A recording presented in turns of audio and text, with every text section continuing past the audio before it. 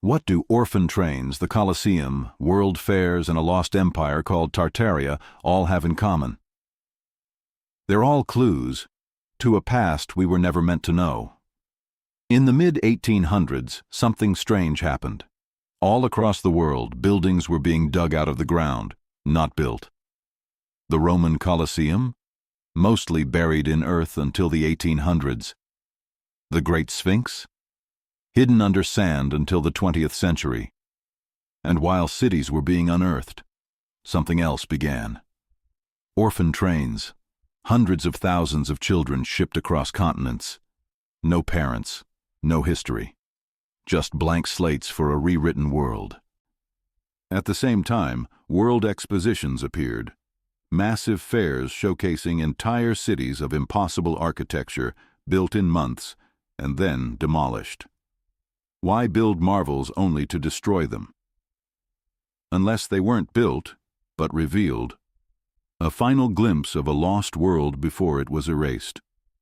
And then there's Tartaria, a vast empire appearing on maps for centuries, and then gone. No war, no collapse, just silence.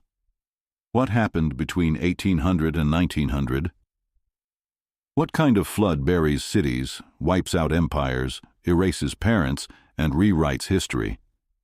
This video uncovers the theory of a 19th century Great Flood, a global reset that buried not just buildings, but the truth itself. All around the world, cities built in the 18th and 19th centuries seem to follow a strange pattern.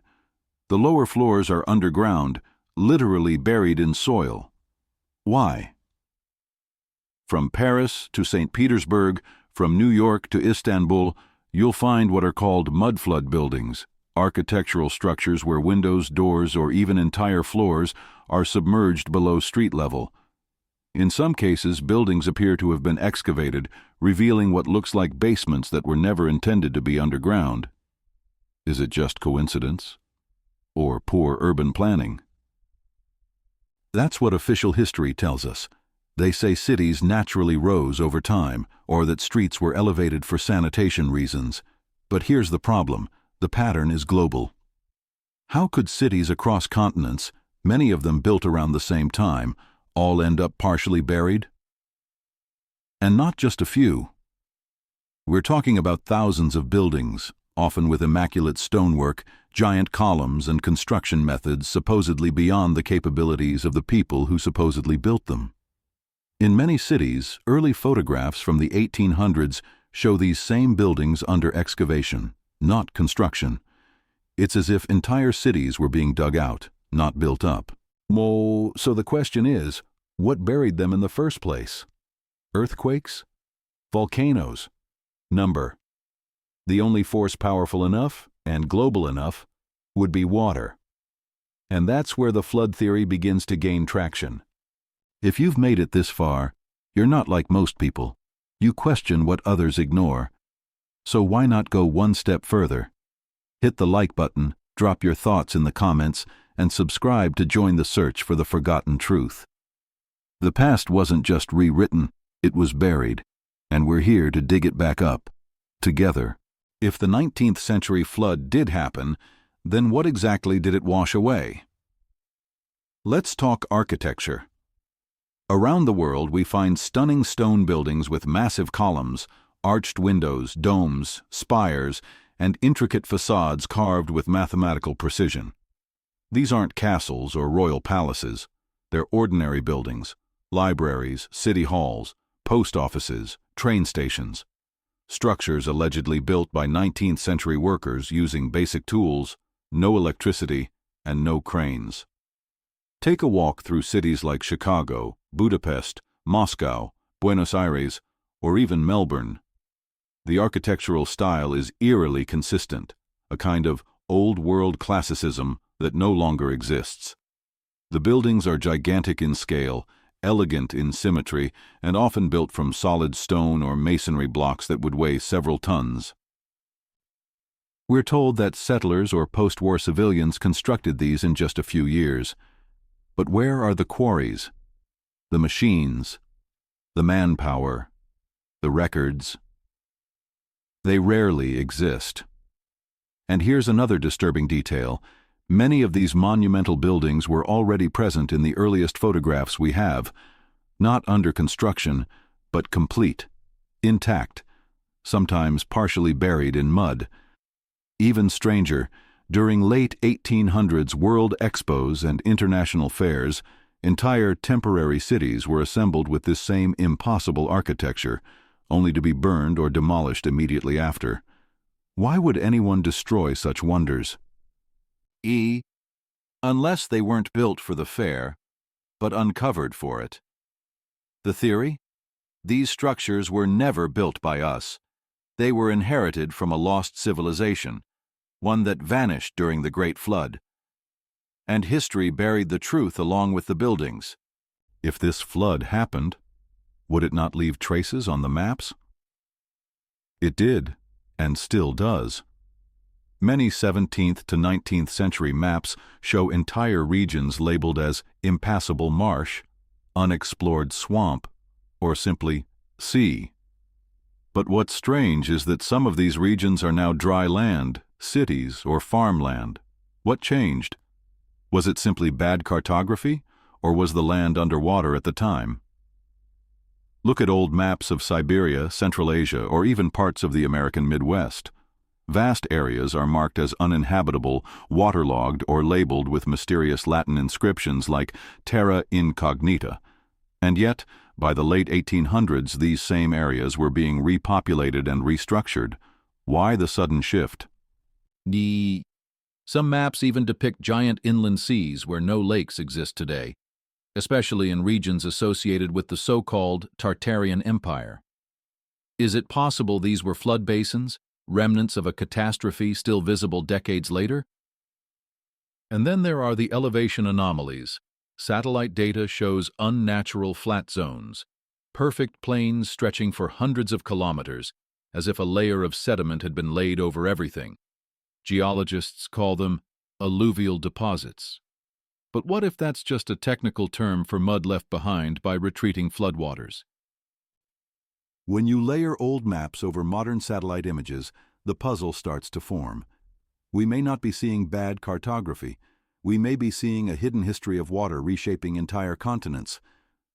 So the question is, who was keeping track of what the water destroyed? And who decided to stop talking about it? If a civilization was destroyed, there would be survivors. But what if the survivors were children, and no one told them what happened? Between the mid and late 1800s, both America and Europe experienced a bizarre demographic event, the appearance of millions of orphans. In the United States alone, from 1854 to 1929, so-called orphan trains transported over 250,000 children from crowded cities to rural areas, supposedly to find new families. But where did all these children come from? The Civil War doesn't explain it. Neither do famines or poverty alone. In many cases, children were rounded up from massive urban orphanages that sprang up overnight, holding hundreds, even thousands, of abandoned kids. Some records suggest entire towns had more orphans than adults. Similar events occurred in Britain, Russia, and parts of continental Europe.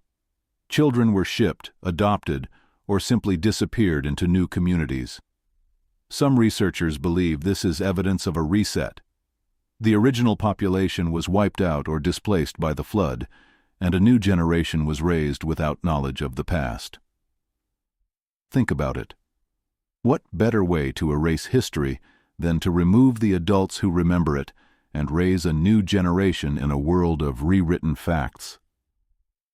Why did so many of these children have no known parents? Why did governments move them across continents as if they were cargo? And why do their stories rarely appear in our textbooks? Were these orphans truly abandoned, or were they the last survivors of a forgotten world? Sometimes the truth hides in plain sight, right in front of our eyes. Let's talk about the earliest photographs ever taken, Daguerreotypes and glass plate images from the mid-1800s show massive cities like Paris, London, and New York, with almost no people in them. No carriages, no pedestrians, just silence. Historians explain this by saying long exposure times made moving objects disappear. But how is it that entire boulevards, squares, and markets, all supposed to be busy urban centers, are completely lifeless? It's not just photography. 19th century paintings often depict ruined buildings, muddy streets, and cities half consumed by debris. In some works, people seem dwarfed by architecture that feels alien, too massive, too ancient for their time. Artists weren't imagining these scenes. They were observing them, recording the aftermath of something colossal. We also find images of excavations, not construction sites. Giant stone buildings being dug out of the ground, not built from scratch. Why would that be the case in city after city? And then there's the mud. So many photos from the 1800s feature knee-deep sludge, carts trapped in muck, and people navigating through urban wastelands of dirt. They called it bad infrastructure, but what if it was the lingering sludge of a global flood? What if these images are not artifacts of technology, but silent witnesses of a world struggling to emerge from a forgotten catastrophe? Before cameras documented the past, painters captured it with brush and imagination. And in the 1700s and early 1800s, a curious artistic trend emerged. Ruin painting, a genre obsessed with collapsed buildings, broken arches, and empty cities reclaimed by nature. Artists like Giovanni Battista Piranesi, Hubert Robert, and others filled canvases with scenes of monumental decay. Towers crumbling into dust. Temples half submerged in soil.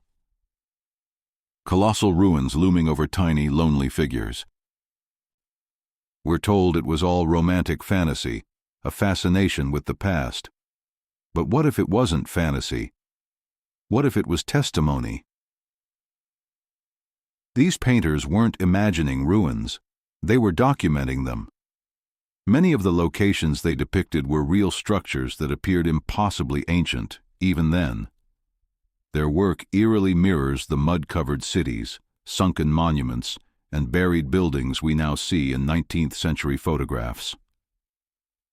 They painted what they saw, a world that had already fallen. A civilization in its aftermath. A beauty haunted by silence. So maybe these weren't just artists. Maybe they were early witnesses to the Great Flood, recording in oil and ink a world that history would soon try to erase. Something strange happened after the mid-1800s. All over the world, new governments, institutions, and ruling elites seemed to emerge, as if from nowhere. In the United States, we saw the rapid rise of industrial magnates, banking dynasties, and secretive societies. In Europe, royal bloodlines were replaced, reset, or merged. Russia restructured its empire. The British expanded globally. But few people ask, how did all of this rise so quickly? What if these weren't just organic developments, but a reboot of civilization after a cataclysm? Look at the timeline. Many key institutions, national archives, historical societies, central banks, and elite universities, were founded in the decades following the supposed flood window, 1850 to 1880. It's almost like the New World needed to re-establish official versions of history, education, and control. Architecture changed, too. Monumental stone buildings gave way to more utilitarian modern styles. It's as if the knowledge to construct old-world wonders was lost, or deliberately hidden. Meanwhile, maps were rewritten, borders changed, old cultures vanished, and powerful new players took control of a shaken, restructured world. Ask yourself, why did so many powerful empires emerge so quickly, just after a time when so many cities were half buried in mud? Is this a coincidence? Or was there a plan?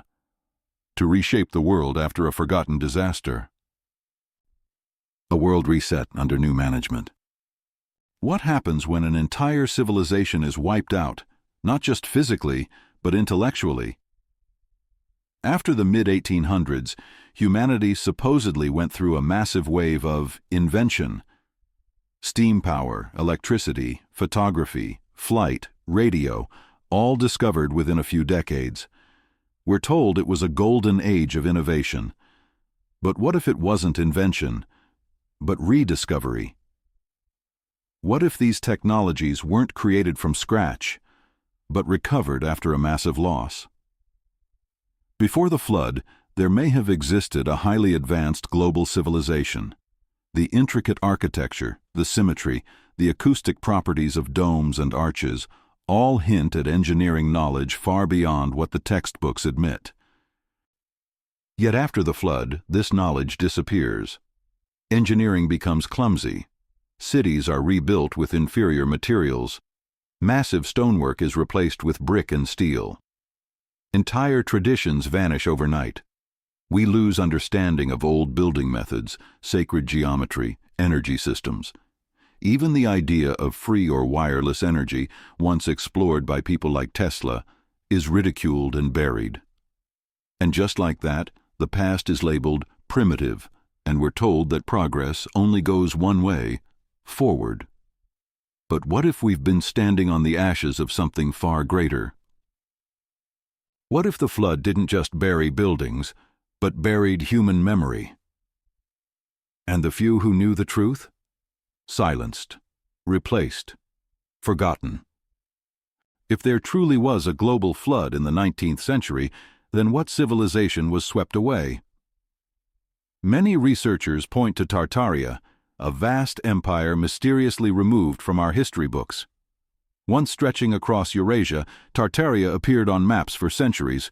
Then suddenly, around the mid-1800s, it vanished. Not through war or collapse, but through erasure. Who were the Tartarians? No one seems to know. Yet their architectural style, massive domes, grand arches, and intricate stonework, appears everywhere, from Russia to India to North America. Could they have been the builders of the Old World? Maps from the 1700s clearly show Grand Tartary as a major global power. But modern textbooks don't even mention it. Why? Some theorists believe Tartaria was the last remnant of a worldwide civilization, one with advanced knowledge, free energy, and harmonious design. A civilization that resisted the rise of centralized control. Then came the flood, a great reset, and with it, Tartaria was buried, both literally and historically. In its place, new empires rose, new rulers, new narratives. The old world was washed away, and the victors wrote history in their image. But the architecture remains. The forgotten maps still exist. And the story of Tartaria refuses to die. What if the flood wasn't just a natural disaster, but an act of deliberate cleansing? When a catastrophe happens, memories fade, but when it's erased on purpose, that's something else entirely. Following the mid-1800s, a strange global pattern emerged. Nations began standardizing history. Timelines were redrawn. Entire centuries were reevaluated. Historical societies, national archives, and textbook publishers rose almost overnight, often funded by the same small groups of elites. Why? Why did so many countries suddenly decide what their official past would be, all at the same time? Before the flood, maps were inconsistent, dates varied, and multiple calendars coexisted. Afterward, there was a push for uniform chronology enforced by state institutions, religious authorities, and global powers. It was more than education. It was a narrative reset. The past was cleaned up, simplified, glorified, and anything that didn't fit, strange architecture, forgotten peoples, unexplained ruins, was labeled a mystery or attributed to primitive man. We were told the pyramids were tombs, the cathedrals were churches, The orphan trains were charity. But what if those were just cover stories? What if the real story was that a civilization, possibly Tartaria, was wiped out, and the survivors were taught a new history? A version written not to inform, but to control. Because if you control the past, you control the future. Between 1850 and 1915, a series of massive world expositions took place in cities like Paris, Chicago, San Francisco, London, and St. Louis. These events supposedly showcase the best of human progress, but many researchers see something else. The architecture of these expos was unbelievable: sprawling complexes with towering domes, enormous arches, and palaces more elaborate than anything in modern cities. Official stories claim these megastructures were temporary, built in just months using wood and plaster, only to be demolished shortly after the event. But here's the catch: many of these buildings were made of stone, concrete, and steel. They had running water, electricity, heating systems, and in some cases, underground transport. They were not temporary, they were inherited. Photographs show crews constructing them by digging, not building. Just like with buried cities, it looks like they were excavating ancient structures, cleaning them up, and presenting them as modern achievements, before tearing them down. Why build wonders and destroy them, unless the goal was never to build, but to reveal and erase? To give the world a final glimpse of a civilization that no longer existed. Were the world fairs a public farewell to the old world before the New World Order took full control? The Roman Colosseum, one of the most iconic structures in human history, was almost completely buried under earth and debris until the 1800s. For centuries, only the upper arches of the Colosseum were visible. The arena floor, underground chambers, and lower levels were covered in 4 to 12 meters of soil. We're told this was caused by natural sedimentation. But how does a massive, elevated stone amphitheater, built of solid travertine, get buried so deeply without some violent event? Excavation of the Colosseum didn't even begin seriously until 1810, nearly 1,300 years after it supposedly fell into ruin. And it took nearly a century to unearth what we now consider normal street level. Why was it so deeply entombed? Oh, but the Colosseum is not alone. The Great Sphinx of Giza, another monumental wonder, was also completely buried in sand until the early 20th century. Only its head was visible for hundreds of years. The rest of its enormous body lay hidden beneath tons of desert sediment. The first serious excavation didn't happen until 1925. How does such an iconic monument, measuring over 70 meters in length, vanish under natural causes? Why did 2 of the most important structures in world history have to be unearthed, as if something had forcibly buried them? These aren't isolated cases. Temples in Greece, city centers in Rome, even ancient staircases in Cambodia and Peru, all had to be dug out from layers of soil, mud, and sand. What global event could explain this? Perhaps it wasn't time, but a great flood, the same cataclysm that reset civilization, erased Tartaria, and left us with ruins we mistook for new beginnings. Let's connect the dots. We've seen buried cities, sunken monuments, orphan trains, vanished empires, and rewritten history, all pointing to a massive event in the 1800s, a flood that left behind mud, silence, and mystery. But here's the deeper question: was this flood natural or engineered? Some researchers believe the evidence points to a deliberate reset, a planned erasure of the old world to make way for a new one, a world where power could be centralized, knowledge could be suppressed, and history could be rewritten by the few who survived or orchestrated the cataclysm. Maybe this wasn't a freak geological event. Maybe it was a weaponized flood triggered by unknown technology, or even by forces we no longer understand. Earthquakes, liquefaction, atmospheric manipulation, all possibilities. Because if Tartaria really existed, if free energy, harmonious architecture, and decentralized civilization once thrived, then those who seek control would have every reason to wipe it clean. The mud became the curtain behind which a new global order emerged. The orphans became the workforce of a reset society, and we, generations later, inherited a world of lies wrapped in stone. So the real conspiracy isn't just that there was a flood, it's that the flood may have been on purpose. So now we ask, if they could bury entire cities, monuments, civilizations, what else have they buried? Maybe it wasn't just buildings, but truths, memories, entire timelines. The story we've inherited may not be our real past.